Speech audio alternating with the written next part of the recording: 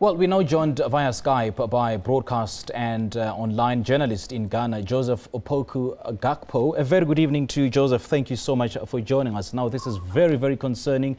It is shocking, to say the least. And, I mean, is this killing some sort of retribution?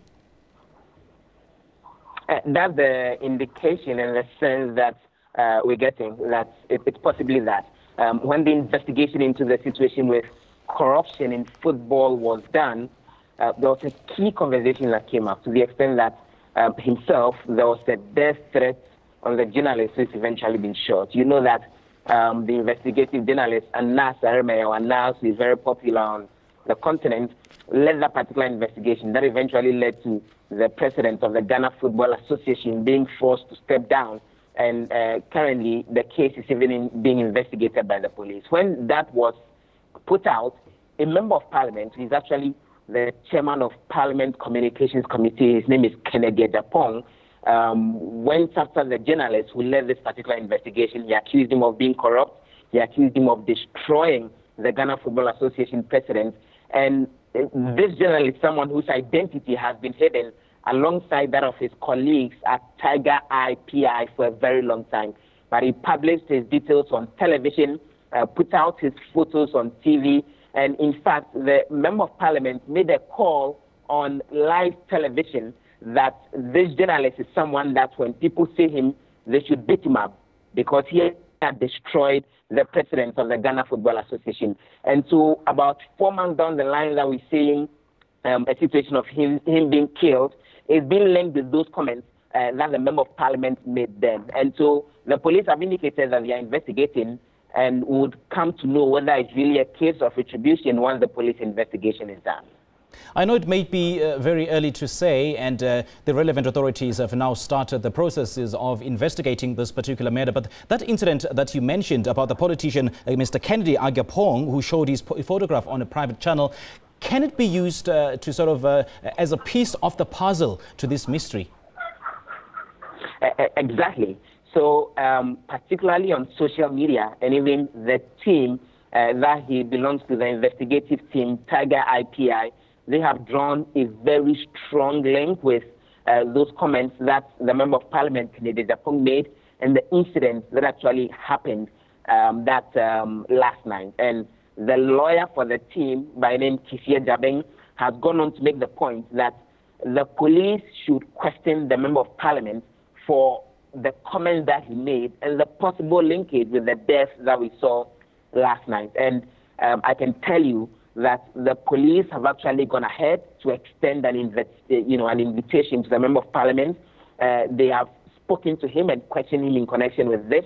The police have indicated that this is just a fact-finding aspect of it. They don't consider the member of parliament as a suspect in the case, nor do they think that he may have led the killing, and they are not directly linking the killing with the comment. But one thing I can confirm is that the police have questioned the member of parliament. In fact, the police spokesperson confirmed that in media interviews about 2 hours ago and indicated that they've had a conversation with him. The MP has indicated that he's actually traveling, but the police say the linkage is something that they are looking at very closely. In the family of the journalist who's been killed has also indicated that they think those comments by the member of parliament may have inspired the killing, and so they would want the police to look into that, and have given the police a 1-week ultimatum to come back with concrete feedback, or they are threatening some further action. He's been an undercover journalist for quite a while now, and his work goes as far as lifting the lid on corruption, particularly within the judicial system. Do we know for sure if, I mean, in every media interview that he's been doing with other media outlets, he's always been seen wearing a mask. Do we know for sure if he's always been wearing this mask, or was it after he lifted the lid on corruption within African football? And so he has a boss called Anas Aremeyaw Anas, who 100% of the time wears a mask. But in the case of Ahmed himself, well, in some of the videos that we've seen, now we are getting to know that it was him who did some of those videos, because particularly with the corruption into football in Ghana, Ahmed's face was shown in that particular video, and he was referred to by some of those that they filmed undercover in that particular video, except that mainly his boss, who wears the mask 100% of the time, has been the face of the investigation for a very long time. And so people had really not drawn a direct linkage between the work that the investigative team at Tiger IPI does and himself until after the football investigation, when the Member of Parliament went ahead to publish his picture on television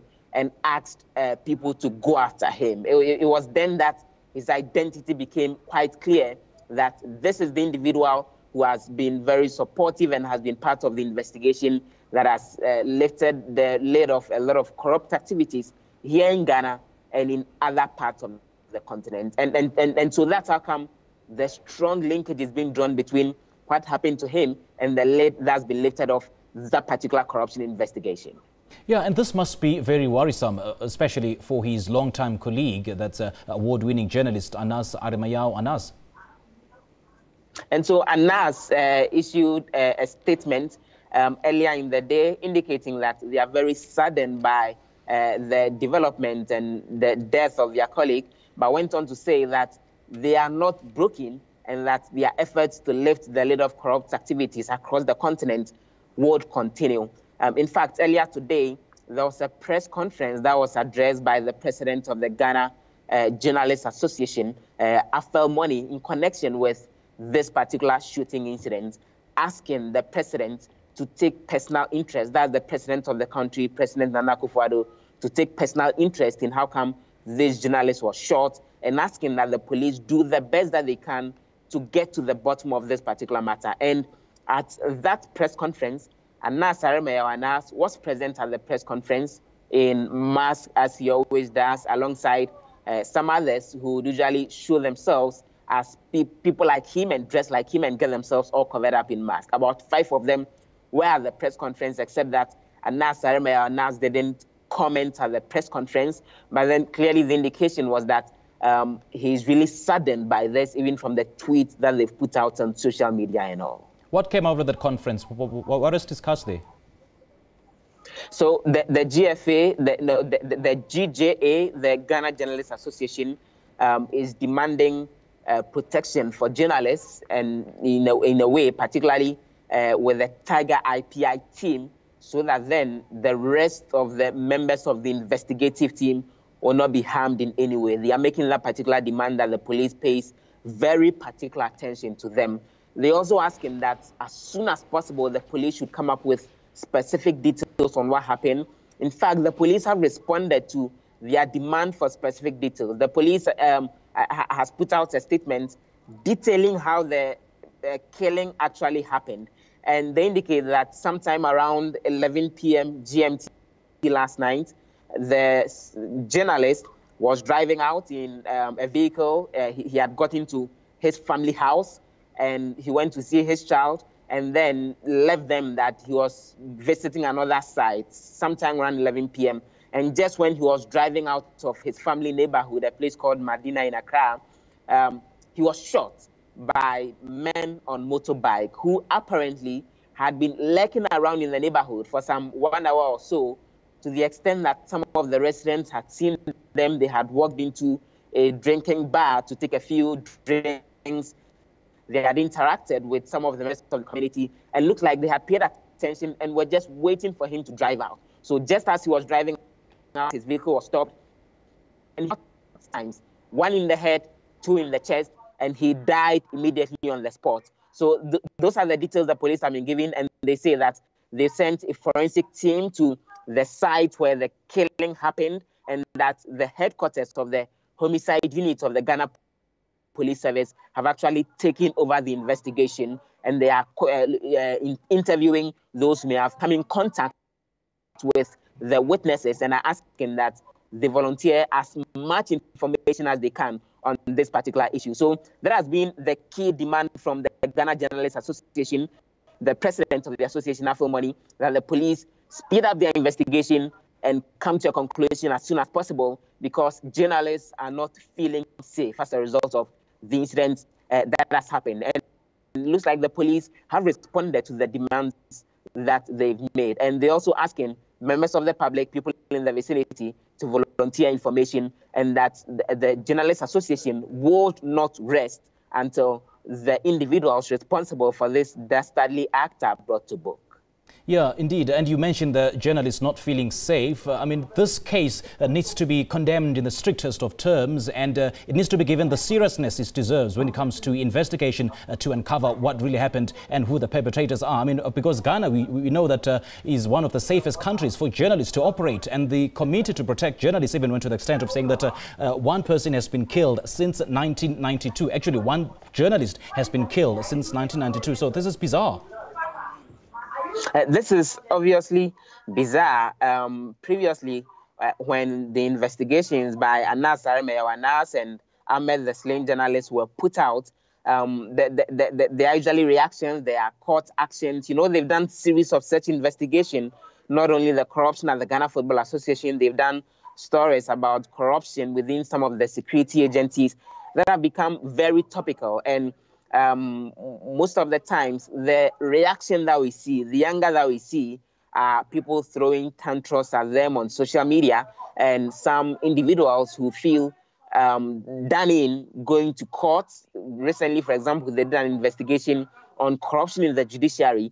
You know, their subjects usually display a lot of anger, and that's where it ends. But a situation of journalists being killed, journalists being shot in such a brutal manner, is something that we've not seen in a very, very, very long time. And so everyone is concerned about how this could possibly dent the country's image generally. Some other analysts are drawing attention that it's not exactly being established 100% that what happened to Ahmed has anything to do with the works that he's done. Some are drawing attention that this could be the response of any other possible thing and not necessarily the investigative work that was done. So that caution is being thrown out there. But even from the press conference that was done by the Ghana Journalists Association earlier today, the indication is that the journalism fraternity is hugely worried about what may have happened and its potential to actually dent the image of the country. Hence the demand that the President of the Republic takes strong interest in helping get to the bottom of this, so that as quickly as possible, the individuals responsible are brought to book, and also the need for more adequate protection for journalists generally, so that then even the strides that the country has made when it comes to democracy since 1992, peaceful transfer of power, the indication being that Ghana is one of the most peaceful and lovely places that it can be here in Africa at any point in time, is being dented by this particular act. And that's drawing a lot of commentary on radio and TV, and it's been the key issue that's been discussed on radio throughout the day. The story has trended on social media, and everyone is calling for action so that then the individuals responsible for this act will be brought to book as soon as possible. All right, Joseph, thank you. Appreciate your time. That was a broadcast and online journalist in Ghana, Joseph Opoku Gakpo, joining us from via Skype from Accra in Ghana.